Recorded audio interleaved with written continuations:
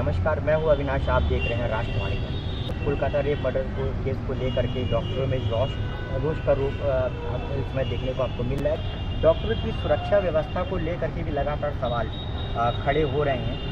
मेरे साथ बात करने के इस वक्त मौजूद है दिव्यांश जी। लगातार प्रदर्शन का दौर चल रहा है। हम देख रहे हैं कहीं ना कहीं कार्रवाई पे भी सवाल उठाए गए कि किस प्रकार से जांच नहीं मामले की कराई गई, जिसको लेकर के आप लोग मार्च लगातार कैंडल लेकर के सड़कों पर उतर रहे हैं। और ये दौर देख रहे हैं, जब से हम देख रहे हैं ये हुआ है कि उसके बाद से लगातार जारी चल रहा है। फिर आप लोग दोबारा आज सड़कों पर बैठे हैं। हाथों में आप देख सकते हैं लोगों के बैनर्स हैं जो यहाँ पर लेकर के बैठे हैं और अपनी सुरक्षा व्यवस्थाओं को लेकर के भी सवाल खड़ा करते हैं। आप कुछ कहना चाहेंगे, कब तक ये माहौल चलता रहे? ये हमारे प्रशासन की बड़ी मांग है कि अन्याय को न्याय मिलना चाहिए।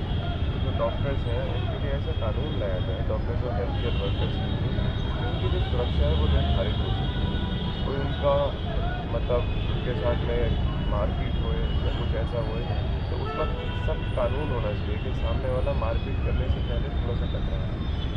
दूसरी बात, जैसा कि चीफ जस्टिस ने बोला था कि स्वास्थ्य व्यवस्था और न्याय व्यवस्था कभी छुट्टी पर नहीं जाते हैं, तो स्वास्थ्य व्यवस्था तो छुट्टी पर नहीं गई, लेकिन न्याय व्यवस्था उस बात के बाद से अभी तक कई बार छुट्टी पर चली गई है। अभी भी जो अगली तारीख है वो दिवाली के बाद की है। शायद न्याय व्यवस्था के लिए दिवाली की छुट्टियां भी ज़्यादा ज़रूरी है और स्वास्थ्य व्यवस्था के लिए शायद वो ज़रूरी नहीं है। तो ऐसी कई सारी बातें हैं, जैसे कि उन्होंने वादा किया था कि वो अभ्यर्थ के लिए न्याय देंगे जल्दी। उन्होंने वादा किया था कि निष्पक्ष जांच होगी। जांच के बारे में कुछ पता ही नहीं चल रहा है, क्या सीबीआई जांच है अभी। उन्होंने वादा किया था कि डॉक्टर्स के प्रोटेक्शन को लेकर वो एक कानून की बात करेंगे। उस कानून का तो आज तक जिक्र ही नहीं हुआ पिछले 2 महीनों में। उसके बाद ये सब बातें ऐसी होती हैं जैसे कि जो हमारे दिलों को ठेस पहुंचाती हैं। ऐसा लगता है जैसे हमारे साथ धोखा हुआ है, छल हुआ है, और हम इससे बहुत ज़्यादा दुखी भी हैं, हम इससे बहुत ज़्यादा आक्रोश हैं।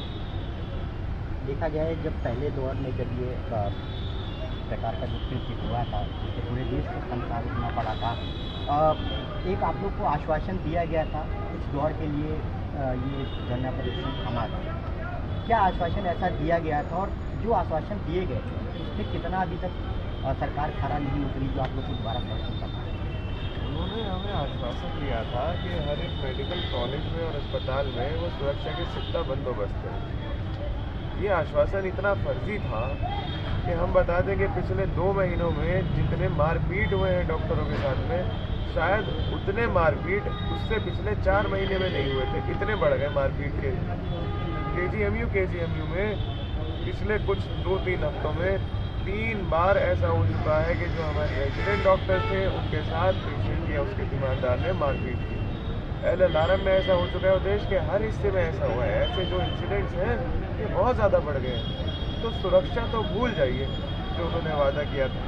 उन्होंने वादा किया था कि चलिए नेशनल टास्क फोर्स बनाई जा रही है जिसके जो डिसाइड करेगी क्या कानून बनना है डॉक्टर्स और हेल्थ केयर की सुरक्षा के ऊपर। नेशनल टास्क फोर्स तो बनी, लेकिन उन्होंने सुरक्षा के अलावा सभी बातें का जिक्र कर दिया। उनको सुरक्षा के नाम पे कभी बॉन्ड का जिक्र कर रहे हैं कि इतने साल का बॉन्ड होना चाहिए। इतना बड़ा मजाक हमारे साथ कभी कुछ भी हुआ नहीं है कि सुरक्षा के नाम पर एक कमेटी बन रही हो और वो बात कर रही है कि डॉक्टरों को बॉन्ड के अंदर धकेल दो। ऐसी बातें उचित नहीं होती हैं, ऐसी बातें बहुत ठेस पहुँचाती हैं। और इन्हीं सब बातों ने हमें मजबूर कर दिया वापस धरना प्रदर्शन पर आने। फिलहाल आप लोग इस वक्त धरना प्रदर्शन कर रहे हैं और लगातार ये पिछले 3-4 दिनों से धरना प्रदर्शन जारी हो चुका है। कब तक बैठे रहने का इरादा है? क्या कुछ मांगे हैं? जी, अभी तक कोई प्रशासन का कोई अधिकारी पिछले 3 दिनों में आपसे कोई मिलने आया कुछ बात नहीं? जी, हमारी जो हम जब अभी बैठे हुए थे लगभग 66 घंटे तक हम लोग हंगर स्ट्राइक पर थे, तो हम लगातार अपने जो ब्लड ग्लूकोज लेवल्स हैं वो लाइव मीडिया में चेक करते हुए वो डाल रहे थे, तो उनको पता था। तो उसके बाद प्रेशर बना और हमारी जो चिट्ठियाँ थी उनका रेस्पॉन्स हुआ माननीय प्रधानमंत्री द्वारा, माननीय केंद्रीय स्वास्थ्य मंत्री द्वारा, और योगी जी ने भी कह के हमारी जो वाइस चांसलर मैम है उनको भिजवाया था कि इससे पहले कि हम लोगों के साथ कुछ बुरा हो जाए, स्वास्थ्य क्योंकि हमारा बहुत ज़्यादा ख़राब हो चुका था, कि हंगर स्ट्राइक तोड़वा कर उसको चेंज कर दिया जाए एक रिले हंगर स्ट्राइक में, जिसमें कि हमारे बाद डॉक्टर उदित और हमारे जो दूसरे डॉक्टर साहब हैं डॉक्टर निखिल बैठे हुए हैं। तो 24-24 घंटे के लिए हमारे डॉक्टर साहब बैठेंगे ताकि किसी डॉक्टर की स्वास्थ्य और अधिक रूप से खराब ना हो, हमारे डॉक्टर्स की साथ कुछ अनहोनी ना हो जाए।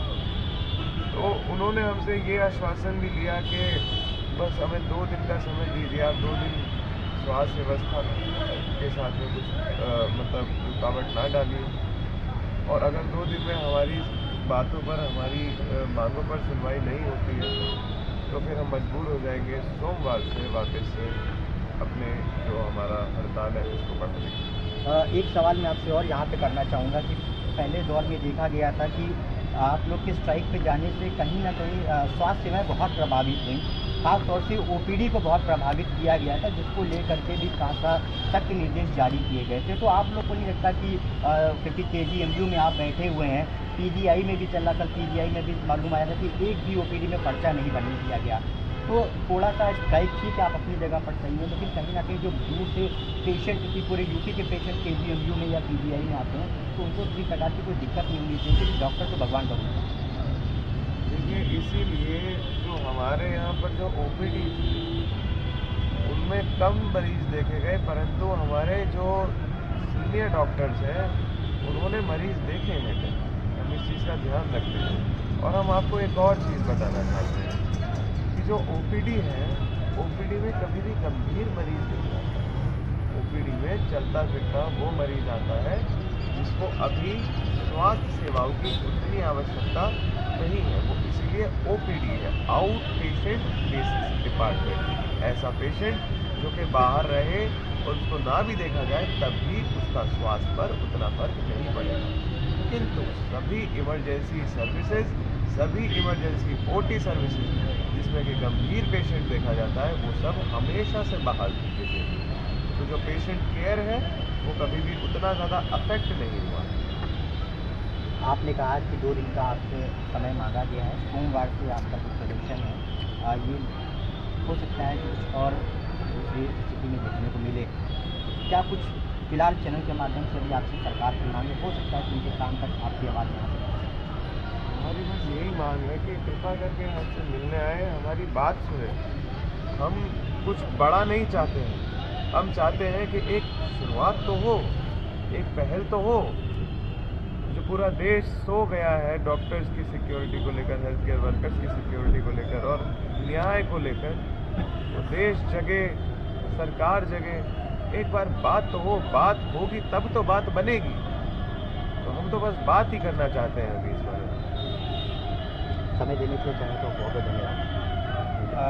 जैसा कि आप देख रहे हैं कि जूनियर डॉक्टर लगातार आश्वासन नहीं कह रहे कि न्याय चाहिए और कोई ना कोई प्रशासन का व्यक्ति आए जो इनसे बैठ करके इस विषय पर गंभीरतापूर्वक चर्चा कर सके और जो भी निष्कर्ष निकल सकता हो तत्काल प्रभाव से निकाले जाए, ताकि पूरे देश में जो स्वास्थ्य सेवाएं प्रभावित होती हैं, आम जन को जो नुकसान उठाना पड़ता है वो ना उठाना पड़े, और डॉक्टरों की सुरक्षा व्यवस्था पे भी सवालिया निशान जो लग रहे हैं लगातार, क्योंकि कहना है इनका कि 2 महीने भी कई वारदातें ऐसी हुई हैं जो कहीं ना कहीं इस विषय को फिर से उजागर करती कि डॉक्टर की सुरक्षा सर्वमान्य है। कैमरामैन रचित के साथ अविनाश वर्मा, राष्ट्रवादी लाइव न्यूज़, लखनऊ।